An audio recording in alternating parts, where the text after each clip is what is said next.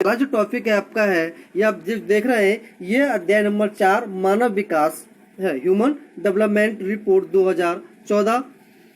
चलिए स्टार्ट करते हैं। यानी कि सबसे पहले जो है, यानी कि इसके अंदर बात की गई है किसकी, वृद्धि और विकास के। पूरा जो चैप्टर है वो विकास पर आधारित है, यानी कि मानव विकास किस तरह से होता है, किस तरह से वृद्धि होती है, तो किस किस चीज़ की आवश्यकता पड़ती है, कौन कौन से ऐसे उपागम हैं जिससे मानव का विकास तेजी से हो सकता है। तो चलिए शुरू करते हैं। तो वृद्धि और विकास शब्द आपके लिए कोई नए नहीं, आप देख सकते हैं कि जो ग्रो करता है, डेवलपमेंट होता है, विकास कहलाता है ना। धीमे धीमे कुछ छोटा बड़ा, यानी कि आप अपने चारों तरफ देख सकते हैं कि किस तरह से वृद्धि और विकास हो रहा है। तो ये सब जो है आपके लिए, वृद्धि और विकास शब्द जो है वो आपके लिए कोई नए नहीं है। आपने चारों ओर देखिए, लगभग प्रत्येक वस्तु जिसे आप देख सकते हैं और बहुत सी जिन्हें आप नहीं देख सकते, बढ़ती और विकसित होती दिखाई देती हैं।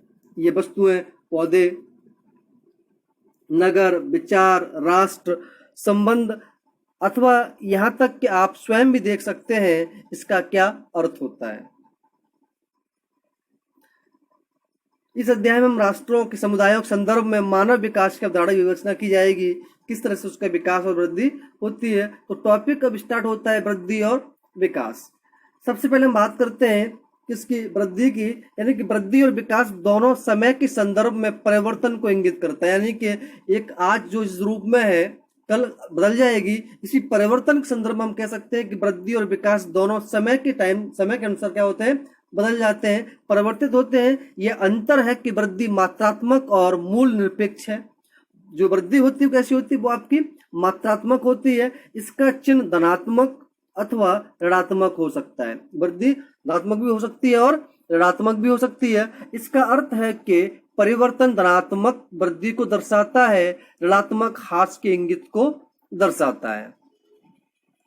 तो ये था वृद्धि, यानी कि वृद्धि नेगेटिव और पॉजिटिव दोनों हो सकती है। अगर हम वही बात करें, विकास की बात करते हैं, तो विकास जो होता है वो कैसा होता है, विकास का अर्थ होता है गुणात्मक परिवर्तन, जो मूल्य सापेक्ष होता है। इसका अर्थ है विकास तब तक नहीं हो सकता जब तक वर्तमान दशाओं में वृद्धि न हो जाए। वृद्धि कब होगी, यानी कि जब तक वृद्धि नहीं होगी तब तक विकास नहीं हो सकता है। विकास उस समय होता है जब सकारात्मक वृद्धि होती है।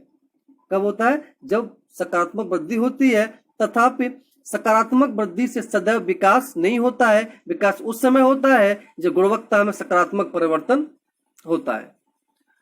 उदाहरण, किसी निश्चित समयावधि में यदि किसी नगर की जनसंख्या 1 लाख से 2 लाख हो जाती है तो हम कहते हैं कि नगर की वृद्धि हुई है।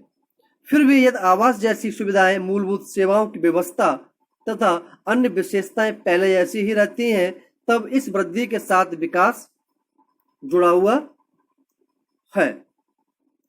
क्या वृद्धि और विकास में अंतर करने वाले कुछ उदाहरण दे सकते हैं? तो यानी कि ये जो एक छोटी सी समझ अवधारणा थी कि वृद्धि और विकास कैसे होते हैं, तो मैंने आपको बताया कि वृद्धि जो होती है वो कैसी होती है, वृद्धि मात्रात्मक होती है, जबकि विकास जो होता है वो गुणात्मक होता है। जब तक वृद्धि नहीं होगी तब तक विकास की संभावना कम बनी रहती है। तो वही अब देखते हैं कि यह है कि जिस देश की अर्थव्यवस्था जितनी ज्यादा बड़ी होती है उसे उतना ही अधिक विकसित माना जाता है। यानी जिसकी अर्थव्यवस्था जिस देश की ज्यादा बड़ी होगी अधिक डेवलपमेंट माना जाता है। लेकिन इस वृद्धि का अधिकांश लोगों के जीवन में परिवर्तन से कोई संबंध नहीं है। किसी देश में लोग जीवन गुणवत्ता का जो आनंद लेते हैं, उन्हें जो अवसर उपलब्ध होते हैं और जिन स्वतंत्रताओं का वे भोग करते हैं, विकास के महत्वपूर्ण पक्ष होते हैं। विकास क्या होता है कि हमारी जो मूलभूत आवश्यकताएं अगर वो हमारी पूरी हो रही हैं और हमें उनसे उसकी गुणवत्ता का आनंद मिल रहा है, तो यह विचार नया नहीं है। तो पहली बार इन विचारों को 80 दशक के अंतर्गत और 90 दशक के अंतर्गत आरंभ में स्पष्ट किया गया। इस संबंध में 2 दक्षिण एशियाई अर्थशास्त्री महबूब उल हक और अमर्त्य सेन का कार्य महत्वपूर्ण है।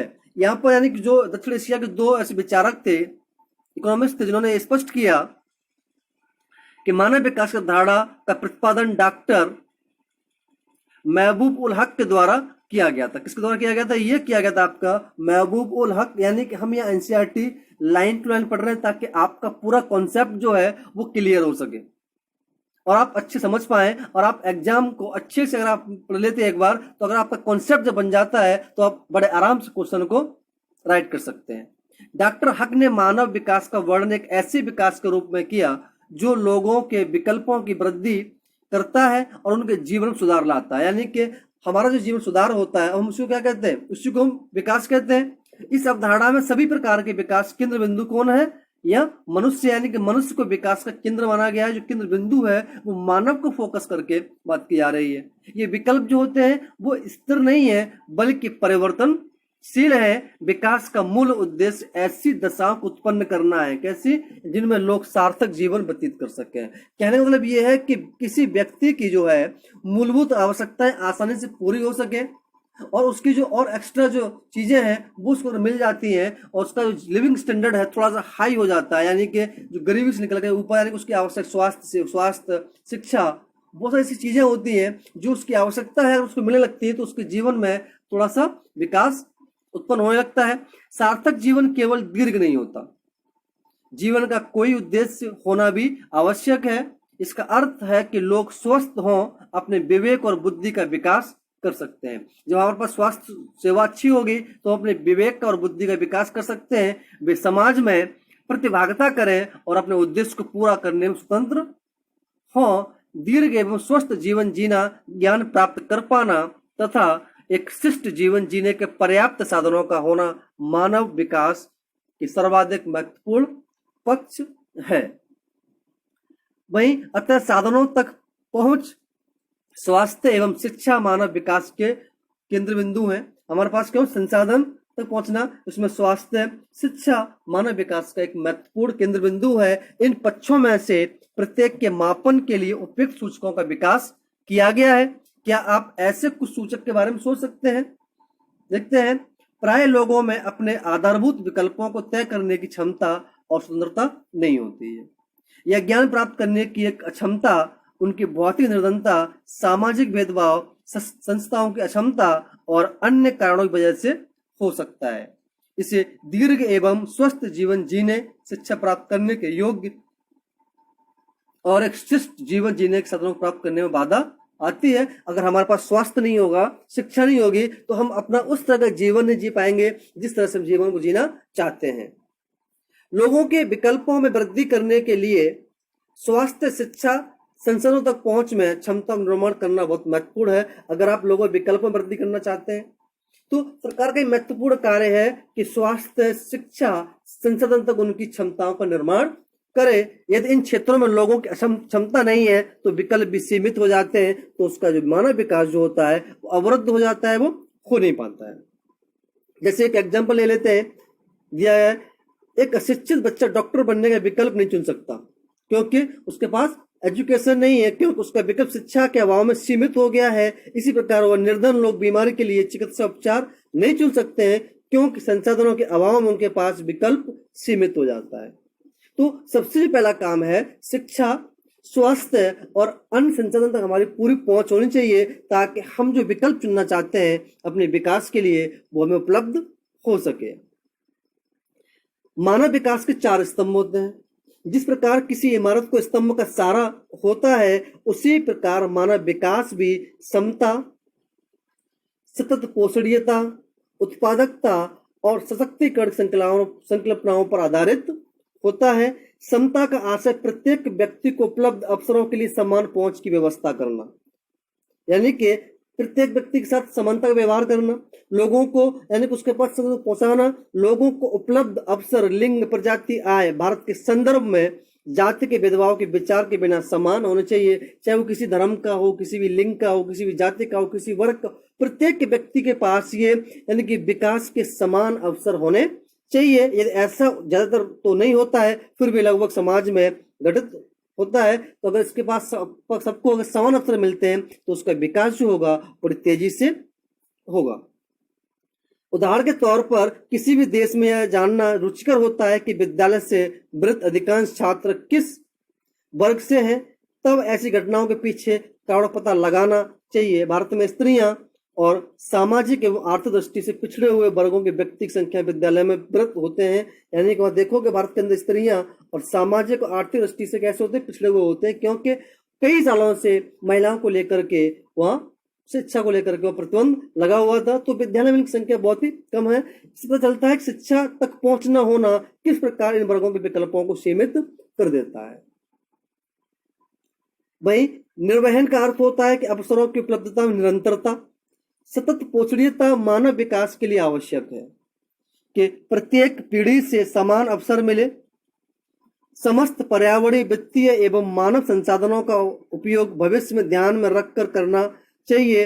इन संसाधनों में से किसी भी एक का दुरुपयोग भावी पीढ़ियों के लिए अवसरों में कमी करेगा। अगर आप किसी भी चीज का अगर दुरुपयोग करते हैं तो आने वाली पीढ़ी होगी उसके लिए क्या होगी, समस्या उत्पन्न हो सकती है, संकट उत्पन्न हो जाएगा अगर किसी चीज का आप अनावश्यक दुरुपयोग करते हैं। बालिकाओं का विद्यालय भेजा जाना एक अच्छा उदाहरण है। यदि एक समुदाय अपनी बालिकाओं को विद्यालय में भेजने के महत्व पर जोर नहीं देता है तो युवा होने पर इन स्त्रियों के लिए अनेक अवसर समाप्त हो जाएंगे। अगर कोई महिलाओं को सपोर्ट नहीं करता है तो उनके लिए क्या सारे रास्ते बंद हो जाएंगे और उनके जीवन के अन्य पक्षों को प्रभावित करेगा। अतः प्रत्येक पीढ़ी को अपनी भावी पीढ़ियों के लिए अवसरों और विकल्पों की उपलब्धता सुनिश्चित करना चाहिए कि आने वाली पीढ़ी वो क्या करेगी उसकी, इसके लिए उसके पास विकल्प होना चाहिए ताकि उसका भी विकास हो सके। या उत्पादक का अर्थ मानव श्रम उत्पादकता तथा मानव कार्य के संदर्भ में उत्पादकता है। लोगों में क्षमता का निर्माण करके ऐसी उत्पादकता निरंतर वृद्धि की जानी चाहिए। अतः जन समुदाय ही राष्ट्र के वास्तविक धन होते हैं। यानी कि जो मनुष्य होता है वही क्या है, वास्तविक धन होता है। जब उसको रोजगार मिलेगा, जब वो काम करेगा तो पैसे लाएगा, तो उससे क्या होगा, अर्थव्यवस्था में वृद्धि होगी। तो यानी कि हर किसी को लेकर के मानव जो होता है वही क्या है, मुख्य यानी कि वास्तविक धन होता है किसी भी देश का। इस प्रकार उसके ज्ञान को बढ़ाने के प्रयास तथा बेहतर चिकित्सा सुविधाएं उपलब्ध कराने की कार्य क्षमता बेहतर होगी। अब आता है सशक्तिकरण का क्या अर्थ होता है। आपने कई बार शब्द सुना होगा, ये सशक्तिकरण, मल सशक्तिकरण, अपने विकल्प चुनने के लिए शक्ति प्राप्त करना। ऐसी शक्ति बढ़ती स्वतंत्रता और क्षमता से आती है। लोगों को सशक्त करने के लिए सुशासन एवं लोकोन्मुखी नीतियों की आवश्यकता होती है। सामाजिक आर्थिक दृष्टि से पिछड़े हुए समूहों को सशक्तिकरण का विशेष महत्व है। यानी कि जो लोग पिछड़ गए हैं उनको सशक्त करने के लिए उनको ये शक्ति मिलनी आवश्यक है। अब बात करते हैं मानव विकास के उपागम। कौन कौन से मानव विकास के उपागम हैं जिससे मानव का विकास हो सकता है। मानव विकास समस्या को देखने के अनेक ढंग होते हैं। कुछ महत्वपूर्ण उपागम है जैसे कि आय उपागम, कल्याण उपागम, न्यूनतम आवश्यकता उपागम और उसकी क्षमता उपागम। मानव विकास का मापन कैसे किया जाता है और क्या होता है ये देखते हैं। मानव विकास एचडीआई स्वास्थ्य, शिक्षा और संसाधनों तक पहुंच जैसे प्रमुख क्षेत्रों में निष्पादन के आधार पर देशों का क्रम तैयार करता है। यानी कि यह क्रम 0 से लेकर के एक के बीच के स्कोर पर आधारित होता है। जो एक देश मानव विकास के महत्वपूर्ण सूचकों में अपने रिकॉर्ड प्राप्त करता है। स्वास्थ्य का मूल्यांकन करने के चुना गया एक सूचक जन्म के समय जीवन प्रत्याशा है। उच्चतर जीवन प्रत्याशा का अर्थ है कि लोगों के पास अधिक दीर्घ और अधिक स्वस्थ जीवन जीने के ज्यादा अवसर है। उसको हम कहते हैं कि किस देश की जीवन प्रत्याशा ज्यादा है, यानी कि जहां अधिक लोगों के पास संसाधन होंगे, स्वास्थ्य होगा, वहां जीवन प्रत्याशा ज्यादा होती है। प्रौढ़ साक्षरता दर और सकल नामांकन अनुपात ज्ञान तक पहुंच को प्रदर्शित करते हैं। पढ़ और लिख सकने वाले वयस्कों की संख्या और विद्यालयों में नामांकित बच्चों की संख्या दर्शाती है कि किसी देश विशेष में ज्ञान तक पहुंच कितनी आसान अथवा कठिन है। संसाधनों तक पहुंच को क्रय शक्ति अमेरिकी डॉलर के संदर्भ में मापा जाता है। किसमें मापा जाता है? ये अमेरिकी डॉलर में। इनमें से प्रत्येक आयाम को 1/3 भारता दी जाती है। मानव विकास सूचकांक इन सभी आयामों को दिए गए भारों का कुल योग होता है। स्कोर 1 के जितना निकट होता है, मानव विकास स्तर उतना ही अधिक होता है। जिसके पास स्कोर होगा वो सबसे टॉप लेवल में होगा, इससे नीचे नीचे रैंक गिरती चली जाती है। इस प्रकार 0.983 का स्कोर अति उच्च स्तर का, जबकि 0.268 मानव विकास अत्यंत निम्न स्तर का माना जाता है। यानी कि यहाँ पे रेटिंग दी जाती है, नंबर दिए जाते हैं। जितने नंबर वो ज्यादा होंगे, एक के बीच में सबसे टॉपर होगा वो सबसे अधिक विकसित माना जाएगा, वहां विकास अधिक होगा। मानव विकास सूचकांक मानव विकास में प्राप्तियों का मापन करता है। यह प्रदर्शित करता है कि मानव विकास के प्रमुख क्षेत्रों में क्या उपलब्धि हुई है, फिर भी यह सर्वाधिक विश्वसनीय माप नहीं है। इसका कारण है कि यह सूचकांक वितरण के संबंध में कैसा है, ये मौन है। मानव गरीबी सूचकांक का मानव विकास सूचकांक से, इसको हम बाद में देखते हैं, अभी सूचकांक से संबंधित है। यह सूचकांक मानव विकास में कमी मापता है। क्या करता है, ये कमी मापता है। यह एक बिना आय वाला माप है।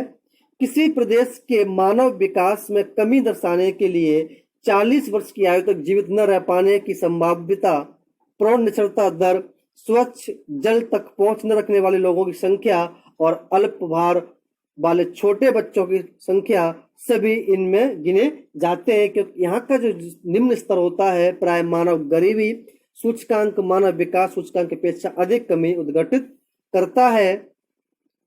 मानव विकास के इन दोनों मापों का संयुक्त अवलोकन किसी देश में मानव विकास की स्थिति का यथार्थ चित्र दर्शाता है। मानव विकास को मापने की विधियां निरंतर परिष्कृत हो रही हैं और मानव विकास के विभिन्न तत्वों ग्रहण करने की नूतन विधियों का अनुसंधान हो रहा है। शोधकर्ताओं ने किसी क्षेत्र विशेष में भ्रष्टाचार के स्तर और राजनीतिक स्वतंत्रता के पक्ष के बीच संबंध ज्ञात किए। राजनीतिक स्वतंत्रता सूचकांक और सर्वाधिक भ्रष्ट देशों की सूचीकरण पर चर्चा रही है। क्या आप मानव विकास स्तर के अन्य संबंधों के बारे में सोच सकते हैं?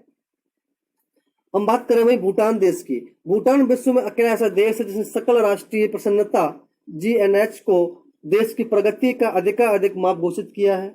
भूटानियों ने अपने पर्यावरण अथवा संस्कृति एवं आध्यात्मिक जीवन के अन्य पहलुओं को भौतिक प्रगति और प्रौद्योगिकी विकास से होने वाले संभावित नुकसान को सतर्कता पूर्वक अथवा ध्यान में रखकर अपनाया।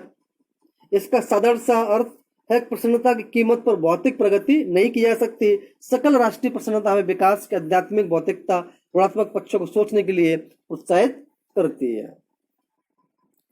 अंतर्राष्ट्रीय तुलनाएं से पहले हम देख लेते हैं उपागम जो भी छोड़ के आए तो उस उपागम पे नजर डाल लेते हैं। जैसे कि पहला बताया हमने आपको आय उपागम, यानी कि यह मानव विकास के सबसे पुराने उपागमों में से एक है। इनमें मानव विकास को आय के साथ जोड़कर देखा जाता है। विचार यह है कि आय का स्तर किसी व्यक्ति का द्वारा भोगी जा रही स्वतंत्रता के स्तर को परिलक्षित करता है। आय का स्तर ऊंचा होने पर मानव विकास का स्तर भी कैसा हो जाता है, ऊंचा हो जाता है। दूसरा आपका आता है कल्याण उपागम। यह उपागम मानव को लाभार्थी अथवा सभी विकासात्मक गतिविधियों के लक्ष्य के रूप में देखता है।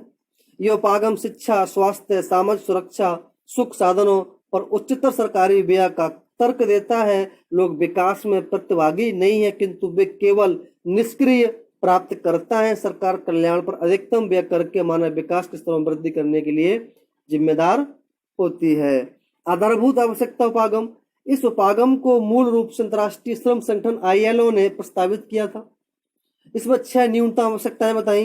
वो कौन कौन सी थी आपकी? स्वास्थ्य, शिक्षा, भोजन, जलापूर्ति, स्वच्छता और आवास की पहचान की गई। इसमें मानव विकल्पों के प्रश्न की उपेक्षा की गई और प्रवासित वर्गों की मूलभूत आवश्यकताओं की व्यवस्था पर जोर दिया गया। अगला आया क्षमता उपागम। इस उपागम का संबंध प्रोफेसर अमर्त्य सेन से है। संसाधनों तक पहुंच के क्षेत्रों में मानव क्षमताओं का निर्माण विकास की कुंजी है। ये यानी कि जो उपागम बताए, जो मुख्य रूप से 4 उपागम बताए, ये मानव विकास के लिए बहुत ही महत्वपूर्ण है। अब हम चलते हैं वहीं पर। तो ये था अंतर्राष्ट्रीय तुलनाएं। बात करें मानव विकास की दृष्टि तुलनाएं रुचिकर हैं। प्रदेश के आकार और प्रति व्यक्ति आय मानव विकास को प्रत्यक्ष संबंध नहीं है, फिर भी मानव विकास में बड़े देश की अपेक्षा छोटे देश का कार्य बेहतर रहा है। इसी प्रकार मानव विकास में अपेक्षाकृत निर्धन राष्ट्रों का कोटि क्रम धनी पड़ोसियों से भी कैसा रहा है, ऊंचा रहा है। उदाहरण के तौर पर अपेक्षाकृत छोटी अर्थव्यवस्था होते हुए भी श्रीलंका, ट्रिनिडाद टोबैगो मानव विकास सूचकांक भारत से ऊंचा है। उसी प्रकार कम प्रति व्यक्ति आय के बावजूद मानव विकास में केरल का प्रदर्शन पंजाब और गुजरात से कहीं ज्यादा बेहतर है। अर्जित मानव विकास स्कोर के आधार पर देशों को 4 समूह में किया जा सकता है। आप देख सकते हैं तालिका, मानव विकास का स्तर, मानव विकास सूचकांक का स्कोर और देशों की संख्या।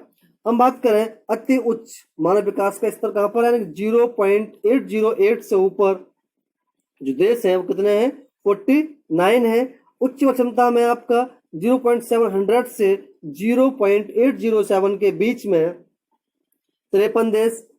मध्यम में आप देखेंगे तो 0.556 से 0.699 के बीच में 42 देश, और निम्न कंट्रियों में जो आते हैं वो आते हैं आपका 0.55 से नीचे जो कंट्री इंक्लूड है वो आपकी है 43। उच्च मानव विकास सूचकांक वाले देश वे हैं जिनका स्कोर 0.8 से ऊपर है। मानव विकास प्रतिवेदन 2014 के अनुसार वर्ग 49 देश सम्मिलित हैं। तालिका आप ऊपर देख चुके हैं, आप यहाँ देख सकते हैं, तालिका नीचे देख सकते हैं कौन कौन से हैं। सबसे पहले जो आ रहा है सूचकांक में पहले आपका आता है नॉर्वे, सेकंड नंबर पर आपका ऑस्ट्रेलिया, थर्ड नंबर पर स्विट्जरलैंड, फोर्थ नंबर पे आप नीदरलैंड, फिफ्थ पर संयुक्त राज्य अमेरिका, सिक्स पर जर्मनी, सेवन पर न्यूजीलैंड, 8 पर कनाडा, 9 पर सिंगापुर और 10 में आपका डेनमार्क। भारत का कहीं भी स्थान नहीं है किसमें, उच्च वाले में। उच्च मानव विकास समूह में 53 देश सम्मिलित हैं। आप पाएंगे कितने देश सम्मिलित हैं, 53। आप पाएंगे कि शिक्षा और स्वास्थ्य सेवा को उपलब्ध कराना सरकार का महत्वपूर्ण प्राथमिकता है। यह जानना महत्वपूर्ण है कि उच्चतर मानव विकास वाले देश वे हैं जहां सामाजिक खंड में बहुत निवेश हुआ है। लोगों और सुशासन में उच्चतर निवेश ने इस वर्ग के देशों को अन्य देशों में सर्वथा अलग कर दिया है। यह ज्ञात करने का प्रयत्न कीजिए कि देश की आय कितना प्रतिशत इन सेक्टरों पर खर्च हुआ है। क्या आप कुछ अन्य के बारे में बता सकते हैं? आप देखेंगे कि इनमें से अनेक देश अवस्थित है। कहां पर अवस्थित है ये देश? यूरोप में अवस्थित है और वे औद्योगिक पश्चिमी विश्व का प्रतिनिधित्व करते हैं। फिर भी गैर यूरोपीय देशों की संख्या आश्चर्यचकित करने वाली है जिन्होंने इस सूची में अपना स्थान बनाया है। आप देख सकते हैं मानव विकास के मध्यम स्तर वाले देश का वर्ग विशालतम है। मध्यम मानव विकास वर्ग में कुल 42 देश आते हैं। इनमें से अधिकांश देशों का विकास द्वितीय विश्व युद्ध के बाद की अवधि में शुरू हुआ था। इस वर्ग के कुछ देश पूर्वकालीन प्रवेश थे, जबकि अन्य अनेक देशों का विकास 1990 में तत्कालीन सोवियत संघ के विघटन पश्चात हुआ। इनमें से अधिकांश लोकोमुखी नीतियों को अपनाकर सामाजिक भेदभाव को दूर करके तेजी से अपने मानव विकास सुधार कर रहे हैं। इनमें से अधिकांश देशों में उच्चतर मानव विकास के स्कोर वाले देश की तुलना सामाजिक विविधता अधिक पाई जाती है और इस वर्ग के अनेक देशों ने अपने अभिनविक इतिहास में राजनीतिक अस्थिरता, सामाजिक विद्रोह का सामना किया है। मानव विकास के निम्न स्तरों वाले देशों की संख्या कितनी है? 43 है। इनमें से अधिकांश छोटे देश हैं जो राजनीतिक उपद्रव, गृह युद्ध के रूप में सामाजिक अस्थिरता, अकाल तथा बीमारियों की अधिक घटनाओं के दौर से गुजर रहे हैं। सुविचारित नीतियों के माध्यम से इस वर्ग के देशों की मानव विकास की आवश्यकताओं के समाधान तत्काल आवश्यकता है ताकि इनका विकास तेजी से हो सके।